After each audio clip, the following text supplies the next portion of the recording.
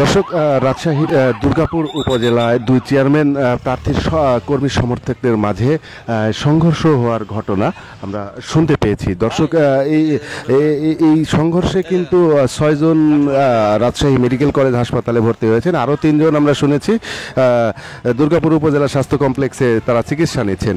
দর্শক, সেখানে কিন্তু একটা থমথমে অবস্থাও বিরাজ করছে যে নির্বাচনকে কেন্দ্র করে এমন একটা থমথমে অবস্থা, সংঘর্ষ, মারামারি, এটা আসলে কোনোভাবেই কাম্য নয়।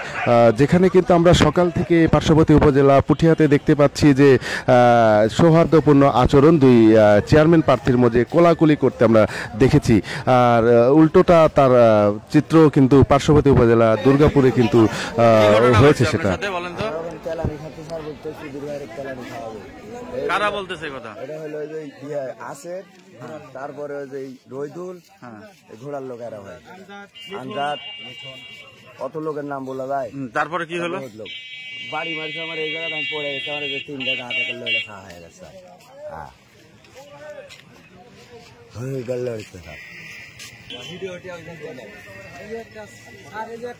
আমার দিক তাকান। আমার নাম মোহাম্মদ শহীদুল ইসলাম। আমি আব্দুল মজিদ সর্দার ঘোড়ার পক্ষে কাজ করার কারণে আপনার শরীফের পেটোয়া বাহিনীতে এই গোপালপুর সভাপতি সাইফুলের নেতৃত্বে পেটোয়া বাহিনীতে আমাদেরকে পেটানো হয়েছে। কয়জন খাম হয়েছেন আপনারা? আমরা আপাতত তাও 10-15 জন আহত হয়েছি। ওরা কই? ওরা মেডিকেলে কিছু আছে, আমরা এখানে কিছু আছি। ওরা দেশীয় সাইফুলের নেতৃত্বে, ওর নেতৃত্বে আপনার দেশীয় অস্ত্র শস্ত্র নিয়ে এসে তারা আক্রমণ চালায়। হঠাৎ হাতুড়ি, চাপাতি এগুলো সহলে এসে আমাদের অতর্কিত ভাবে আক্রমণ করে। প্রশাসন ছিল? প্রশাসন ছিল না। আমরা প্রশাসনের কাছে ফোন দিয়েছিলাম, প্রশাসন এখনো আসতে পারেনি, এই পর্যন্ত আসতে পারেনি। 1.5 ঘন্টা